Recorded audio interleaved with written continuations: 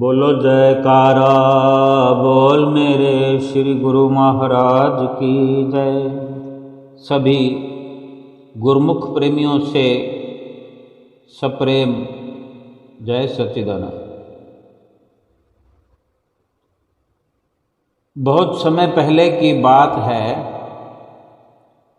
एक राजा जिसे किसी ने उपहार दिया। उपहार में राजा को दो बाज जो पक्षी होते हैं उड़ने वाले, जैसा कि हम जानते हैं, दो बाज उपहार में भेंट किए। वे बाज बड़ी अच्छी नस्ल के थे और राजा ने पहले कभी इतने सुंदर शानदार बाज न देखे थे न सुना था कि ऐसे भी कोई बाज होते हैं। राजा ने उनकी देखभाल के लिए एक अनुभव से भरपूर व्यक्ति उन बाज के लिए नियुक्त किया। देखभाल के लिए एक अनुभवी आदमी उनके लिए रख दिया कि उनका ध्यान रखे। कुछ समय बाद राजा ने देखा कि दोनों बाज काफ़ी बड़े हो चुके थे। उनकी उम्र और उनका जो दिखने में डील डोल था, काफ़ी वक़्त भी बीत गया था और उम्र बड़ी हो गई थी। काफ़ी उनके अंदर बदलाव देख रहा था राजा। और राजा ने देखकर कहा उस व्यक्ति से जो देखभाल के लिए रखा हुआ था, उससे कहा कि मैं इन दोनों बाजों की उड़ान देखना चाहता हूं कि इनकी उड़ान, इनकी रफ्तार वगैरह कैसी है, और तुम इन्हें उड़ने का इशारा करो ताकि मैं देख पाऊं कि कैसे उड़ते हैं। उस व्यक्ति ने इशारा किया। इशारा मिलते ही दोनों बाज उड़ने लगे, उड़ गए। एक बाज जहां उड़ने के बाद देखते ही देखते आसमान की ऊंचाइयों को छू रहा था, वहीं एक दूसरे वाला बाज जो था वो कुछ ऊपर जाकर उड़ाकर वापस उसी डाल पर आकर फिर से बैठ गया जहां से उड़ा था। ये देखकर राजा को कुछ अजीब लगा कि क्या बात है, जहां एक बाज इतनी अच्छी उड़ान भर रहा है वहीं दूसरा बाज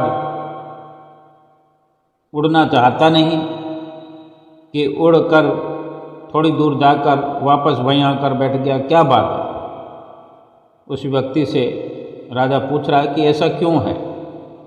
तो व्यक्ति बोला, जी हजूर, इस बाज के साथ शुरू से यही समस्या है। वो उड़ता है, थोड़ा ऊंचाई पर जाता है और फिर देखते ही देखते वापस वहीं आकर बैठ जाता है, उसी डाल पर आकर बैठ जाता है। इस डाल को जैसे वो छोड़ता ही नहीं, छोड़ना चाहता नहीं। राजा को दोनों ही बाज प्यारे थे और वो दूसरा बाज जो नहीं उड़ रहा है, राजा चाहता है कि वही उड़ान उस बाज की भी हो, यानी दोनों बाज एक ही प्रकार से उड़ते रहें, ऊंचाई तक जाएं। फिर क्या था कि राजा ने अगले दिन पूरे अपने राज्य में ये ऐलान कराया कि जो भी व्यक्ति इस बाज को ऊंचा उड़ाने में कामयाब होगा, ये जो बार बार यहाँ इस डाल पर आकर बैठ जाता है, ये फिर उस डाल पर आकर तुरंत ना बैठ जाए, दोनों बराबर उड़ते रहे। जो इस प्रकार उड़ाने में उसे कामयाब हो जाएगा उसे ढेर सारा इनाम दिया जाए। तो ऐसा ऐलान करने पर बहुत ऐसे व्यक्ति सामने आते हैं जो अपना कोई कर्तव्य,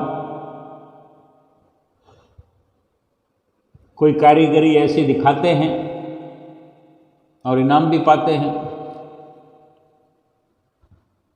फिर क्या था, एक से एक विद्वान आने लगे और आए, बाज को उड़ाने का प्रयास करने लगे, पर कई सप्ताह बीत जाने के बाद भी बाज का वही हाल था। थोड़ा उड़ता, थोड़ा ज़्यादा भी उड़ता, लेकिन नतीजा वही होता कि उसी डाल पर वो आकर बैठ जाता और पहले वाला बाज उड़ता रहता। फिर एक दिन कुछ अनोखा हुआ कि राजा ने देखा कि उसके दोनों बाज आसमान में बराबर लगातार उड़ते चले जा रहे हैं और वो पहले की तरह दूसरे वाला बाज जल्दी आकर उस डाल पर नहीं बैठा बल्कि उड़ता रहा। तो उन्हें यकीन नहीं हुआ कि ये तब्दीली कैसे हुई, ये कैसे मुमकिन हुआ कि आज ये अचानक से एक साथ दोनों बाज उड़ते हुए नज़र आ रहे हैं। तो फिर राजा ने उस व्यक्ति का पता लगाने को कहा जिसने ये कारनामा कर दिखाया था कि कौन ये कर पाया। उस व्यक्ति को लेकर आओ, हाजिर करो।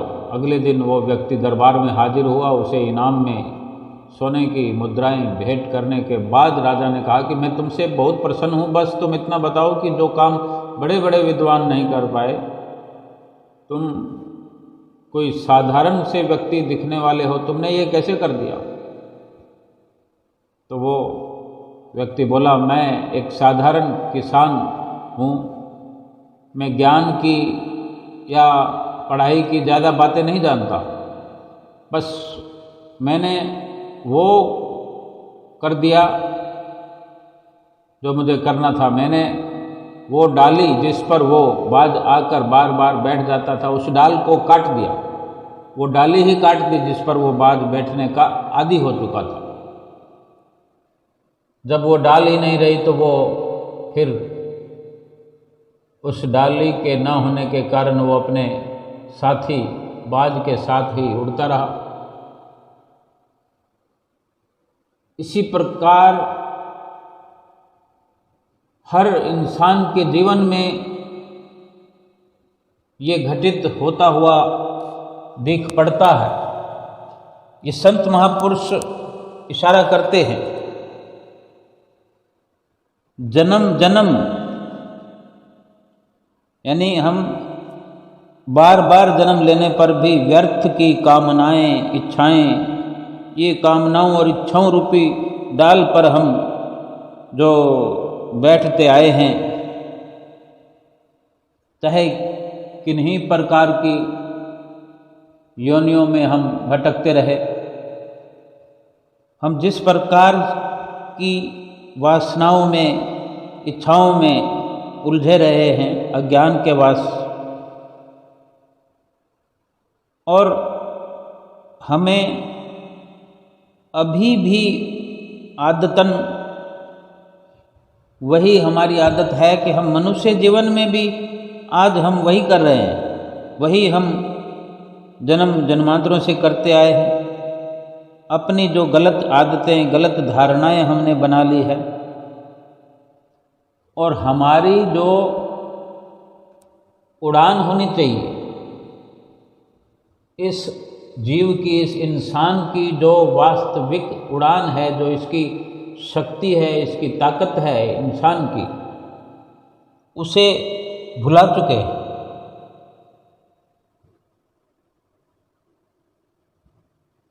हम इतने आदी हो चुके हैं गलतियां करने के कि किसी भी वस्तु विशेष का, जगह विशेष का, व्यक्ति विशेष का अगर हमारे भीतर में स्मरण चलता है, किसी के साथ लगाव है, उसको फिर छोड़ नहीं पाते हैं, एक रट्टा ही लगा देते हैं। अतृप्त और व्यर्थ इच्छाओं, कामनाओं की डाल पर बैठते बैठते मेहनत से बचने की आदत भी पड़ गई है, और भूल गए हैं कि ज्ञान और ध्यान, ये दो पंख हैं इंसानी जीवन के अंदर। ज्ञान होना, ज्ञान पर अमल होना, यानी उसी ज्ञान के आधार पर ध्यान का जो विषय है उसको भली भांति समझना, उस पर अमल करना। ज्ञान और ध्यान रूपी पंखों के सहारे हम उड़ान भर सकते हैं।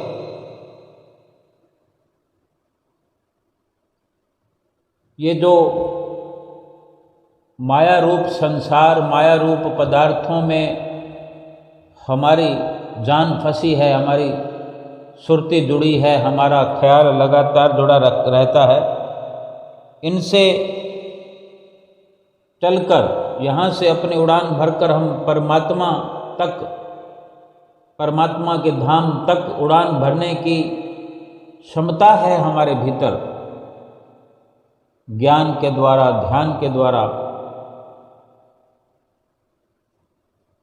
लेकिन नहीं, हम शुरुआत करते लेकिन तुरंत फिर वहीं कामनाओं में आकर के हमारी सुरती अटक जाती है कि अरे हमारे तो घर का काम पड़ा है, ये कर लें, वो कर लें। कहाँ ध्यान में इतना समय हो गया। अगर 5-10 मिनट अगर बैठते हैं तो ऐसा लगता है जैसे घंटों व्यतीत कर दिए हमने, घंटों से हम ध्यान में बैठे हुए हैं, यानी ऐसी ऊब होने लगती है। सब कुछ हमें आता है, सब कुछ कर भी सकते हैं, लेकिन करते नहीं हैं कि गलतान हैं, आदतन मजबूर हैं। उन आदतों के वशीभूत हुए हम अपने असली कार्य को अंजाम नहीं दे पाते। क्या नित्य प्रति हम विचार करते नहीं हैं? क्या हमारी सोच का विषय नहीं है परमात्मा तक उड़ान भरना? क्या हमारी दिनचर्या में शामिल नहीं है? या तो बिल्कुल ही हम उड़ न सकते हों, यानी परमात्मा तक जाने का हमें बिल्कुल ही ख्याल ना हो, ऐसा भी नहीं है। या हम बैठ नहीं सकते, या हम ध्यान के भीतर उतर नहीं सकते, लेकिन हम ध्यान में उतरना ही नहीं चाहते। मुश्किल क्या है? मुश्किल वही है कि ये कामनाओं, विषय विकारों, ये मायावी जो विषय वासनाओं की, कामनाओं की, इच्छाओं की ये जो डाली है, इस डाली से जो लगाव है, इस डाली को काटना पड़ेगा। अपने ख्यालों के भीतर ही भीतर, यहाँ कोई पेड़ या पेड़ की डाली नहीं है, अपने भीतर से इस प्रकार उन ख्यालों रूपी डाल को कि मेरा ये, मेरा वो, जिन सांसारिक कामों को अपना असली काम, निजी काम समझ लिया है, जिन संसारी मित्रों कुटुंबियों को अपना लोक परलोक, अपना निजी, अपना स्थायी डेरा समझ लिया है, उसको ख्यालों की डाली को काटना पड़ेगा। सतगुरु हैं, ये सब कुछ संभव करने कराने के लिए सतगुरु हैं, जो हमारी मदद कर सकते हैं, कर भी रहे हैं। लेकिन हम जिस वक़्त तैयार हो जाएं कि जो हम ध्यान में उतरते हैं, ध्यान में बैठते हैं, उस वक़्त कुछ थोड़ा संयम करने की ज़रूरत है।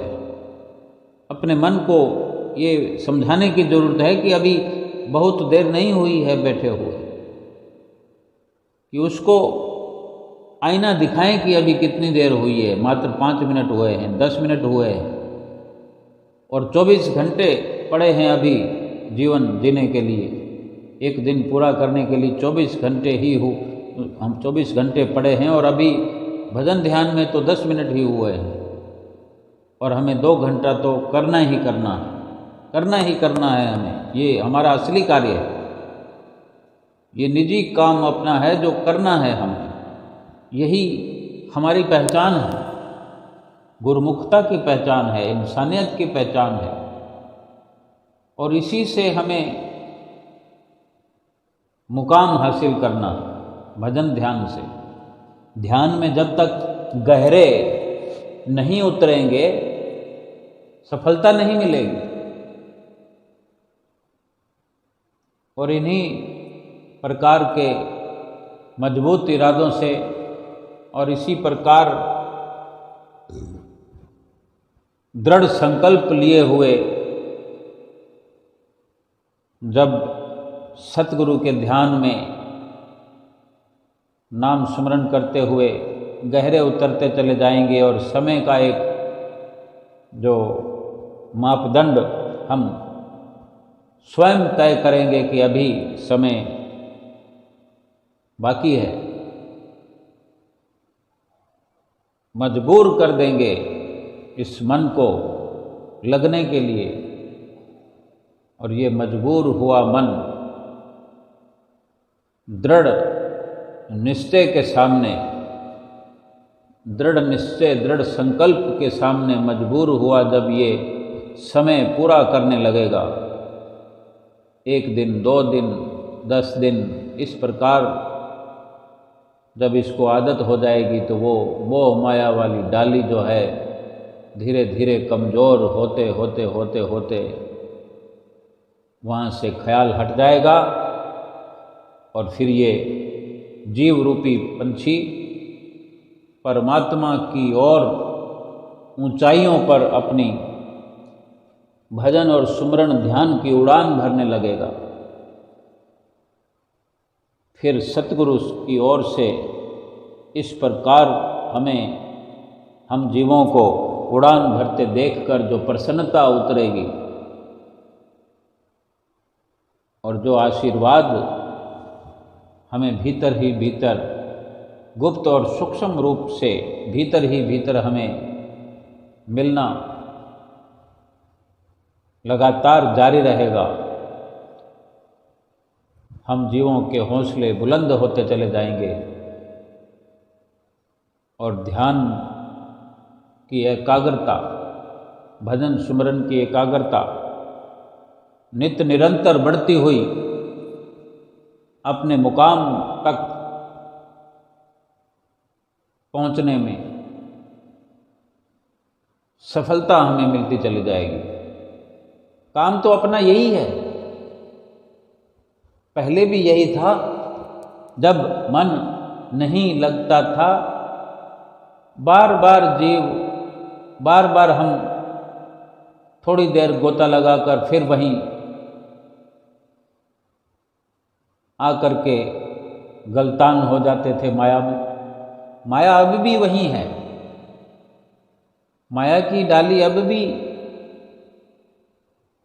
वैसे ही है, लेकिन हमने ख्यालों से जो धारणा हमारी बनी हुई थी, उस धारणा से हमने उस डाली को हटा दिया, मिटा दिया। अब उस प्रकार की याद भी हमें आती नहीं। वहाँ पर बैठने का, वहाँ पर आकर समय व्यतीत करने का ख्याल ही हमारे भीतर अब नहीं पनपता, क्योंकि अब ये निश्चित तौर पर हमने जान लिया है कि हम उड़ तो सकते हैं, फिर क्यों ना अपने निजी कार्य की ओर उड़ान नित्य निरंतर भरते रहना चाहिए। अधिक से अधिक समय तक उड़ करके अपने अभ्यास को जारी रखना चाहिए। धीरे धीरे अपने मंजिल को प्राप्त करेंगे, परमात्मा की ओर आत्मा का जो ये लक्ष्य है वो पूरा होगा। हम स्वयं विचार करें कि कितने हमारे भीतर में कितनी बड़ी ये शक्ति है कि कहाँ तो हम आत्मा तक उड़ान भरने वाले और कहाँ यहाँ लोभ लालच छल कपट काम क्रोध मोह, अहंकार इन्हीं में फंस कर रह गए हैं। जरा सा निकलने की कोशिश करते हैं कि फिर वहीं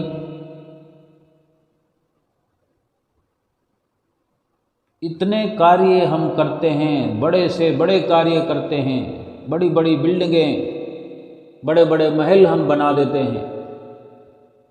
इतना हमारा दिमाग, इतनी ऊर्जा भरी पड़ी है हमारे भीतर कि किस प्रकार हम अपने साथ अपने परिवार को लेकर सांसारिक उड़ान भरने में लगे रहते हैं। रात और दिन अथक प्रयास करते रहते हैं, मेहनत करते रहते हैं, थकते रहते हैं। थकान से भरे हुए भी आज के बाद फिर कल, कल के बाद फिर परसों, लगातार उड़ान संसार की ओर भरते रहते हैं। संसार की तरक्कियां, संसार के जितने भी बड़े बड़े कार्य हैं, अपनी मेहनत से, अपनी शक्ति से हम करते चले जाते हैं। कितना मुश्किल होने पर भी क्यों वो सब करने का एक जज्बा हमारे भीतर, थके हुए शरीर से भी हद दर्जे की हम कार्रवाई करते हैं। नींद आने पर भी, नींद के लिए छटपटाहट होने पर भी हद करते हैं हम, हद दर्जे तक संसार की कामनाओं को पूर्ण करने के लिए, संसार की तरक्की को प्राप्त करने के लिए लगे रहते हैं रात और दिन। भगवान के भजन सुमरण ध्यान में क्यों मन नहीं लगता? अभी तक देख नहीं पाए हम कि भगवान का जो भजन सुमरण है, भगवान का ध्यान जो है, यही इस जीव का असली कार्य है, निजी कार्य है। इस बात को समझ नहीं पाए हैं। इसी की सारी महत्ता है, महत्व है। सब कुछ ऐसा होने पर भी जब तक ये समझ नहीं पाएंगे कि यही असलियत है, यही सत्यता है और यही सफलता है इस मनुष्य जीवन की, ये कितने कदरों कीमत का कार्य है भजन सुमरण ध्यान प्रभु का, सतगुरु का, भक्ति का कार्य। ये कितने कदरों कीमत की जो वस्तु है भजन भक्ति, भक्ति का धन। जिस वक्त समझ आ जाए, फिर इस प्रकार से दृढ़ संकल्प जब हमारे भीतर में हो जाए, तभी तो उसी कार्रवाई में लगा जा सकता है। तो क्यों नहीं अभी समझ लिया जाए कि सारे संसार के कार्य करने पर भी कोई मना करने वाला नहीं है,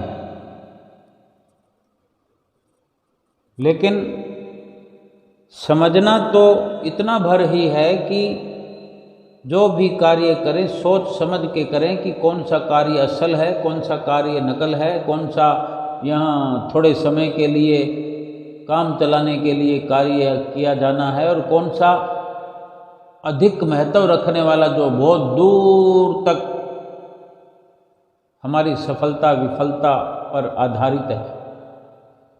अगर भगवान का भजन स्मरण किया तो दूर तक उसकी सफलता, कामयाबी असर दिखाती है। बहुत लंबा ये हमारे जीवात्मा से जुड़ा हुआ प्रकरण है, जो 84 लाख योनियों में भटक भटक कर हम इस मनुष्य जीवन में आए हैं। ये कितने महत्व का, कितनी कदर का ये जीवन है।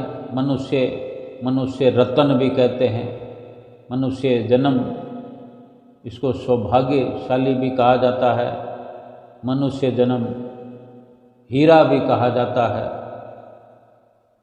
ये हीरे वाले कार्य कर सकता है, रत्नों वाले कार्य करता है, कर सकता है, और करता है तो हीरा बन जाता है, रतन बन जाता है। अगर कर सकता है तो फिर करना चाहिए ना। अगर दो रास्ते हों, एक हीरे मोतियों वाला हो, एक कंकड़ पत्थर वाला हो, अगर दो रास्तों पर चलना हो, स्वतंत्रता हो भी, जिस पर कोई चलना चाहे चल सकता है। ये हीरे मोतियों की खान की तरफ जाता है, ये कंकरों पत्थरों ईंटों इस प्रकार की खान की तरफ जाता है। तो क्या कंकरों पत्थरों और ईंटों की खान वाले रास्ते पे कोई जाएगा? सिर्फ उस पर चलना है, कोई कीमत नहीं चुकानी। जो जिस प्रकार के रास्ते पर चलेगा, जो उस रास्ते की मंजिल पर पहुंचने पर जो वहाँ होगा वही तो मिलेगा। हीरे मोतियों की खान वाले रास्ते पर चले तो सफ़र करने के पश्चात, मंजिल पर पहुंचने के पश्चात हीरे मोतियों की खान से हीरे मोती मिलेंगे, और कंकर पत्थरों वाली सड़क पर जा कर के कंकर पत्थरों की खान से वही सब मिलेगा। जितना चाहे उठा कर ले आए। हीरे मोतियों की खान पर पहुंचने वाला हीरे मोती जितना चाहे हम उठा लाएं। हमारी क्षमता होनी चाहिए, हमारी पावर, हमारी ताकत होनी चाहिए कि हम कितना उठा सकते हैं, कितना ला सकते हैं। तो कौन ऐसा कम अक्ल होगा, मूर्ख होगा, जो हीरे मोतियों को छोड़कर कंकर पत्थरों वाली खान में जाकर के सिर अपना फोड़ेगा? उसे बेवकूफ़ कहा जाएगा, मूर्ख कहा जाएगा। अब इस मनुष्य जीवन में आकर के भजन सुमरन के हीरे मोती एकत्र ना करके भजन सुमरन वाली खान की ओर, परमात्मा परमेश्वर तक उड़ान ना भर के, उससे भजन भक्ति के हीरे मोती प्राप्त ना करके, बल्कि जो 84 लाख योनियों का मसाला इकट्ठा करता रहे, कंकर पत्थर से भी कहीं नुकसान, अधिक नुकसान वाली वो सड़क है, वो रास्ता है 84 लाख योनियों वाला। कंकर पत्थर भी कहीं कीमत ना भी रखते हों, लेकिन इतना नुकसान वहाँ से नहीं मिलता। काम ना आए सही, लेकिन कहीं गिनती हो जाएगी कि हीरे मोती नहीं है, कंकर पत्थर है। लेकिन जो 84 लाख योनियों में हनन होता है, जीव घात होता है, आत्मा को बार बार जन्मना और मरना पड़ता है, ये कहीं अधिक गिरावट वाला कार्य है, नुकसान वाला, दुख वाला कार्य है। लेकिन इसकी समझ तो संतों महापुरुषों के पास मिलती है, मिल भी रही है। तभी तो हम थोड़ा थोड़ा उड़ने का, थोड़ा ध्यान में उतरने का प्रयास करते हैं। समझ तो मिल रही है, लेकिन फिर सफल ना होने का कारण यही है कि हमने वो जो अहम अपने जीवन का एक हिस्सा मान रखा है, जिसमें सभी सुख मान लिए हैं। ये संसार के काम धंधे, संसार की ये भोग लिप्सा, ये वासनाएं, कामनाएं, ये कुटुंब, ये परिवार। अगर भगवान के रास्ते पर पहुंचना है, कुटुंब परिवार को साथ में लेकर चलें तो कोई मना थोड़ी है। उनको भी चलाएं, स्वयं भी चलें। लेकिन हम ही मुख मोड़ कर बैठ जाएंगे, किसी और को कैसे वहाँ पहुँचा पाएंगे? हम पहुँचें, दूसरों को भी वो रास्ता बताएं। वक़्त के संत सतगुरु की नज़दीकी अपने साथ वालों को भी, अपने मिलने वालों को भी दिलाएं। लेकिन हम रास्ता बंद करके पीठ करके बैठ जाएंगे, उलट रास्ता संसार की ओर ही, हम जिस रास्ते को हम चुन चुके हैं उसी रास्ते पर नित्य निरंतर चलते रहेंगे, फिर भगवान तक कैसे पहुँचेंगे?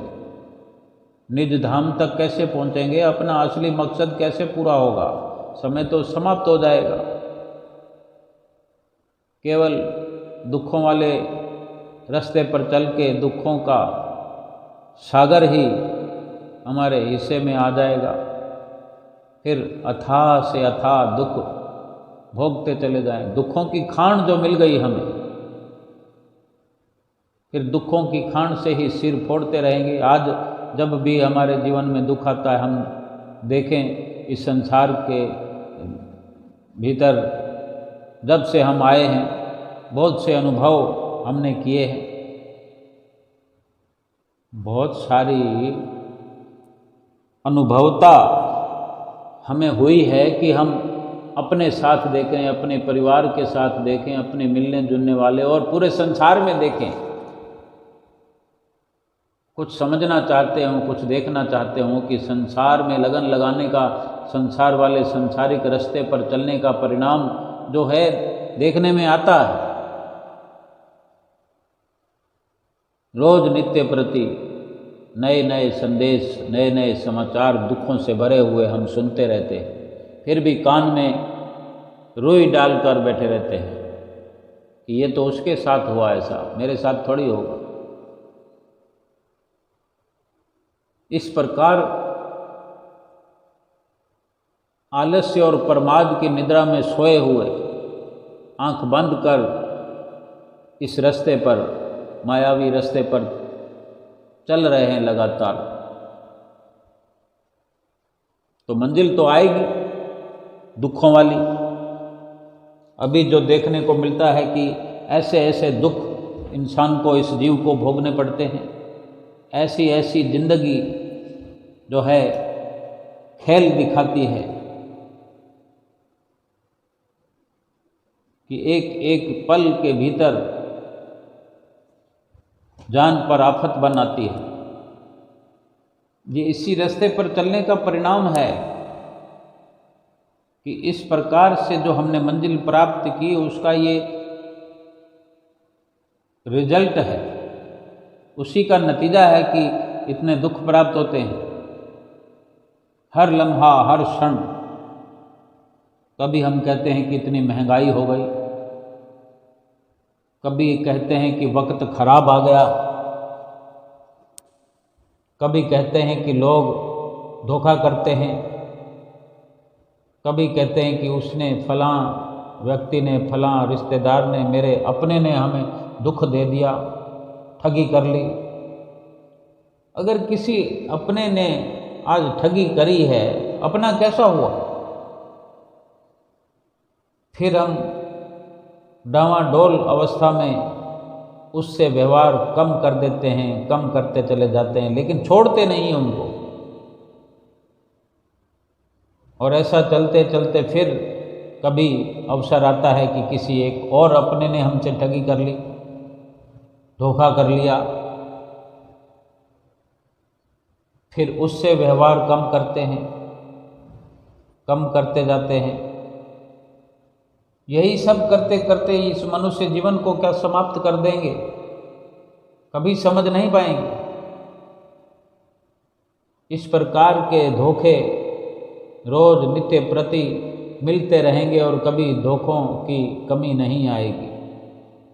अगर ये समझ लिया जाए कि संसार एक धोखा है, संसार ठगी है, कोई यहाँ अपना नहीं है। अपनी अपनी जो हम समझते हैं, सोचते हैं कि वो अपना है, वो अपना है, केवल ये हमारा मिथ्या विचार है, ये हमारी भूल है। हमारी स्वयं की कोई हस्ती नहीं है। हम स्वयं अपने आप से धोखा कर रहे हैं, दूसरे की हम क्या बात करेंगे।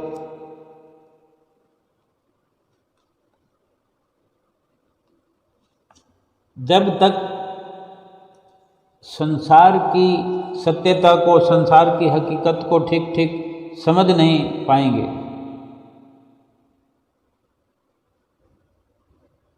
और सतगुरु के गीत नहीं गाने लगेंगे जब तक, क्योंकि सच्चा रिश्ता जो है सतगुरु का है।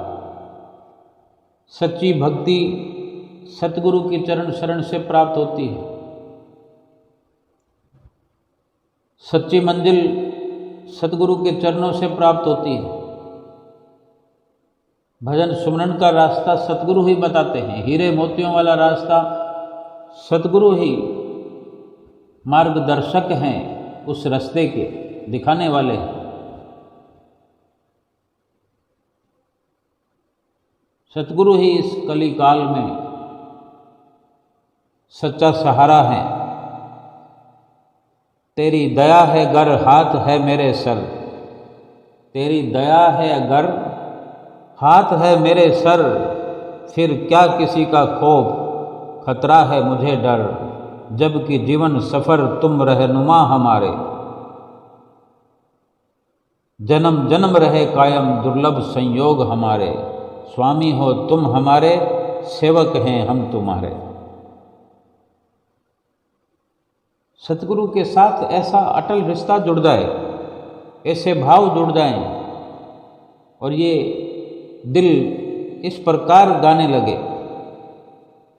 समझने लगे कि काल की शक्ति क्या, काल की शक्ति क्या, माया की हस्ती क्या, बदल दे ख्याल जो मेरा दृढ़ भक्ति का, जबकि हो संगी साथी रक्षक प्रभु आप हमारे। इतनी समझ आ जाए, ये जो ख्वाहिशों की, कामनाओं की, वासनाओं की हमें जो आदत पड़ चुकी है, फिर इन्हीं ख्वाहिशों के प्रति हमारे जब विचार बदल जाते हैं तो प्रभु के आगे ही हम ये गीत गाते हैं कि ख्वाहिशों की क्या मजाल, चले गर ये कुचाल। यानी पहले इनके अलावा हमें कोई रास्ता नज़र नहीं आता था। कामनाओं में, ख्वाहिशों में, वासनाओं में वशीभूत हम इनके वशीभूत भक्ति को छोड़कर, भक्ति को पीठ देकर चल रहे थे आंखें बंद करके। अब समझ आ गई है तो हम कहते हैं ख्वाहिशों की क्या मजाल, चले अगर ये कुचाल, समर्थ जिसके ऊपर सतगुरु तू आप दयाल, तेरी मदद से ही दुश्मन हो दूर सारे, स्वामी हो तुम हमारे, सेवक हैं हम तुम्हारे। ऐसी सोच बन जाए, ऐसी हमारी विचारधारा हो जाए,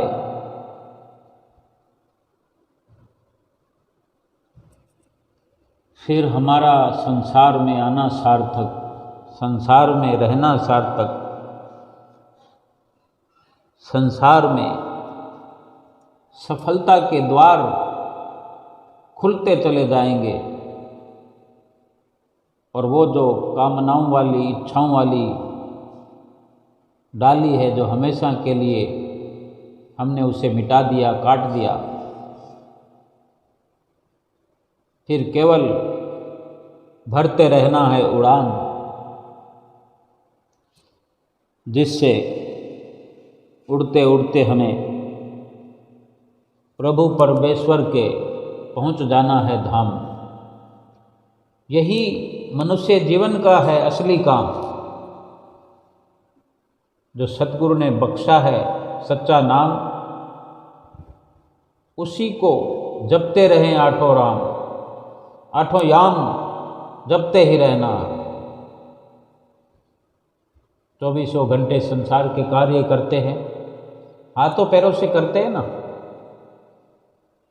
हाथों पैरों से सफ़र भी करते हैं, गाड़ी चलाते हैं, बाइक चलाते हैं, कार चलाते हैं, पैदल भी चलते हैं, हजारों लोग राह में चलते चले जाते हैं,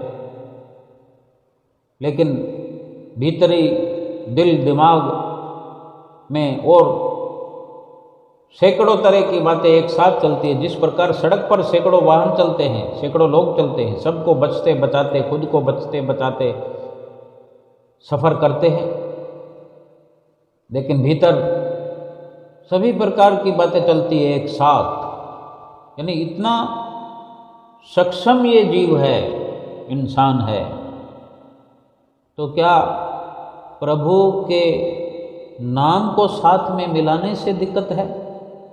प्रभु का नाम, प्रभु का ख्याल, सतगुरु का बख्शा हुआ नाम इसको अगर साथ में जोड़ लिया जाए, जहाँ सैकड़ों ख्याल हैं वहाँ सतगुरु का बख्शा हुआ नाम, सत्य बोलने का संकल्प, सत्य पर चलने का संकल्प भी अगर साथ में हम दोहराते चले, हम भीतर में इस प्रकार की विचारधारा बनाते चलें, किसी से धोखा नहीं करना है, किसी से छल नहीं करना है, किसी से कपट नहीं करना है, किसी से असत्य नहीं बोलना है, असत्य का व्यापार नहीं करना है, ठगी का व्यापार नहीं करना है,